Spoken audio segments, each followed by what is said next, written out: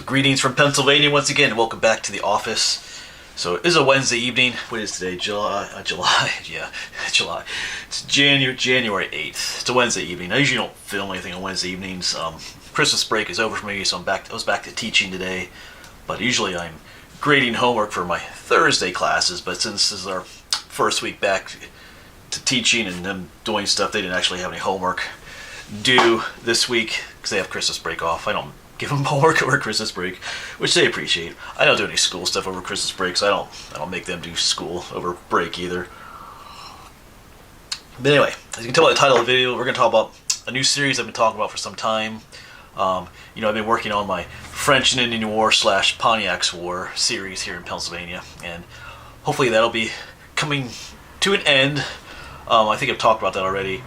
But we'll be starting the Revolutionary War in Pennsylvania. And I have some other good news to mention concerning that, dealing with filming in national parks. That's been a big issue recently. I'll get to that in just a moment. But yeah, I was hoping to kind of officially wrap up the French and Indian War series this past summer. But I want to finish it with the Battle of Bushy Run, which kind of ended what we call Pontiac's War, which is right after the French and Indian War. I kind of put them both in the same series. But I made it out there. It's right near Pittsburgh, but when I got there, the place was closed. They're almost never closed. If you go on their website, they're open like all the time. But there was some tornado damage, I guess. I didn't realize that. It's one of those places that you don't really have to check the website to see if they're open. They're just open. But there was tornado damage, so anyway, I couldn't get there. So I was hoping to get there a little bit later in the season, but I had a bunch of other stuff I was trying to get done too. So we'll see. But I have some other French and Indian War sites I want to film too that I've discovered. That's probably the way that series is going to go. I'll kind of end it, but every now and then I might add to it a little bit too. That's just the way it'll be. I'll never be like maybe officially over, but anyway. But we are going to start the Revolutionary War series in Pennsylvania, hopefully this summer. But I got some good news to talk about that though too. Yeah, so there are several reasons why I didn't start the Revolutionary War series already. I was kind of thinking about, at this time last year, I was thinking about starting it this past summer, but I didn't. And one of those was because I wasn't able to finish that French and Indian War series. I didn't want two going on at the same time. I mean, you can do that, but I thought good to end one and then start the other. But another one dealt with the whole deal with being able to film in national parks. I think I talked about this in some video some time ago. If you don't know about this, I'm not going to go into super detail about it in this video, but I think I talked about it in a previous video. It kind of annoyed me. There was this, I'm going to just give a brief summary about it because it deals with this new series, the Revolutionary War series. It was affecting that. So within the rules for the national parks, there was this archaic rule, if you could call it, that dealt with filming in national parks, that you had to get a permit and all that kind of stuff. But that was pre-YouTube days, and someone either just filming with a phone or my camera there. It meant filming back then meant showing up with a crew of people and like filming for a movie or something. So that's what the law was for. But then, I forget what year it was. Anyway, early 2020s there, but they started using that law against YouTubers for different reasons. They started saying, "Oh, you need a permit," although it wasn't designed for that. But then several people, at least one people, sued, won, saying so that anybody could film in a national park, including YouTubers. The big thing was, as a YouTuber, you're earning money, so that was a commercial filming, so they wanted to charge a permit. But then the National Park Service sued back, and that decision was reversed, and you had to get a permit again. If you want to look into it more, you can do more research about it. I'm not getting into all the details about it, but it was just all over the place for a little while there. You can't film, you can, and you can again. I mean, you could, but you had to get a permit. But some of the national parks were charging like $300 to get a permit. Actually, no, not to get a permit, but to apply for the permit. So even if you applied, paid the $300, they could turn you down, but you wouldn't get your $300 back. It was anyway, that was insane. But places like Valley Forge, which is a National Historic Park, part of the National Park Service, they were affected by that too, and they were charging $75 to get a permit, or to apply for a permit, and that affected my series I wanted to do. Yeah, $75 bucks, that's a lot. I get they're saying you're earning money by making that video, so it's a commercial film, but I'm probably not going to earn $75 on it. That's the kind of the problem for me with it. Like, I wouldn't mind. Part of me wouldn't mind paying something, but if you're gonna charge me $75, like it's costing me money just to drive there and do all that stuff. But if you're gonna charge me $75, I'm not gonna earn anything. You're taking all my money and then some. It's like, I don't know. I don't know how that's just, yeah. And that's only for filming for one day.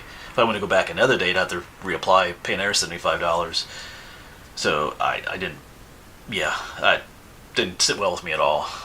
And like some people asked recently, why have you been back to Gettysburg? Same deal. Gettysburg was charging like $50, I think. Not as much as like some of those places out west were charging like I said $300. But anyway, where are we going? I'm losing the track of mine. I'm getting upset. just talking about it makes me upset again. But yeah, I know some people were saying, some people have brought up that they wouldn't mind like buying if you had to get like a commercial filming permit, to pay $50 for the whole year or something to go to anywhere to, that I wouldn't want to pay for that, but it would make sense, something like that. But to charge like exorbitant amounts of money, just that was ridiculous. Some time ago, a law was introduced to deal with that, but it never went anywhere. And then more recently, I think back in April 2024, there's something called the Explore Act. It stands for something. It's an acronym or an abbreviation for a larger name bill. It was introduced. It has all kinds of upgrades to the national park system and outdoor recreation. It was a big bill, but packed into that was reversing that thing. The thing that you had to get a permit to film. It kind of got away with that. Unless you were going to be showing up the park with like a large filming crew, then you'd still have to get a permit. If you're just going to be an individual person filming with your phone or a handheld camera, you don't have to get a permit anymore. So now, people like me, I can film in the national parks again without a permit. Well, actually, I'm jumping ahead myself. The House of Representatives passed that bill in April of last year, 2024. And then, of course, it moves on to the Senate, if you know how the government works. But man, it took forever. That was in April. And I kept going back to the one website to see the progress of the bill. And it just wasn't going anywhere. You went, like I said, past the House. I kept looking back. And it was getting depressing because like, why isn't the Senate going to pass it? Because the House passed. It was like a bipartisan bill. Both Republicans and Democrats were for it, so it passed really easy. But yeah, a couple days ago, I thought I'm going to check again. Something brought it to my mind. I didn't want to look because I always just get depressed. But then I know I'm yapping here about this, but anyway, I looked and I said it passed the Senate. I did a double take. What? I thought, am I seeing things? I actually double checked some other websites, and sure enough, on December 19th, it passed the Senate really quickly.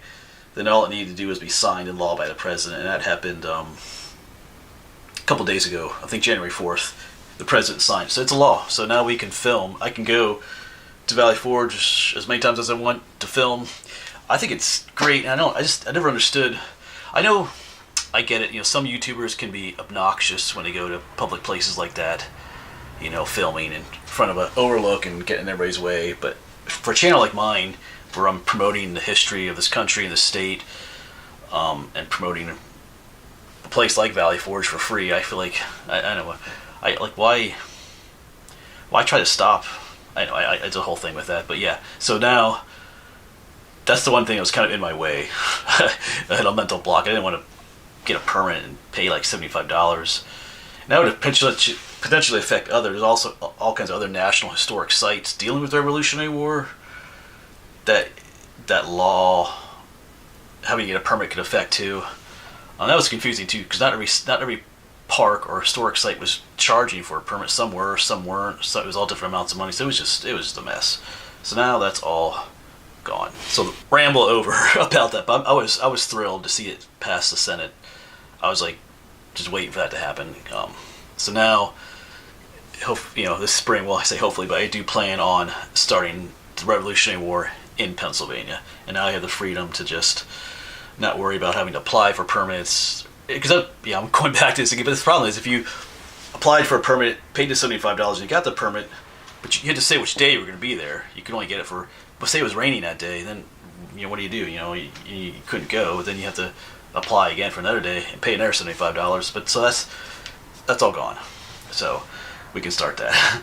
But yeah, I know a lot of you are waiting for this series. There's a ton of stuff in Pennsylvania on the Revolutionary War. Lots of forts.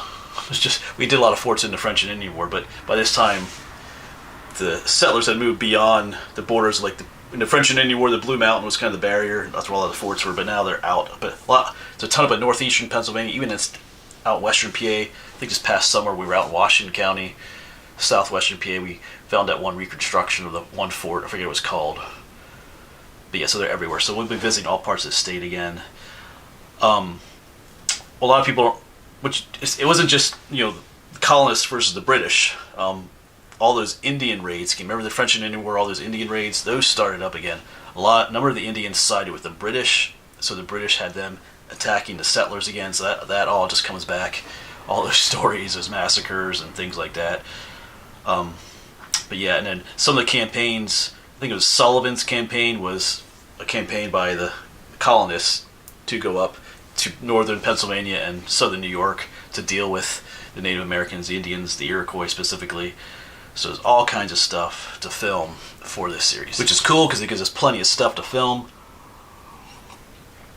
And also it'll take me all over the state again, which is a good thing. I don't mind. It gets me to other places, away from my home area. One thing I want to try to do differently that I wish I would have done with the French and Indian War series is to film in chronological order. Looking back, I wish I would have.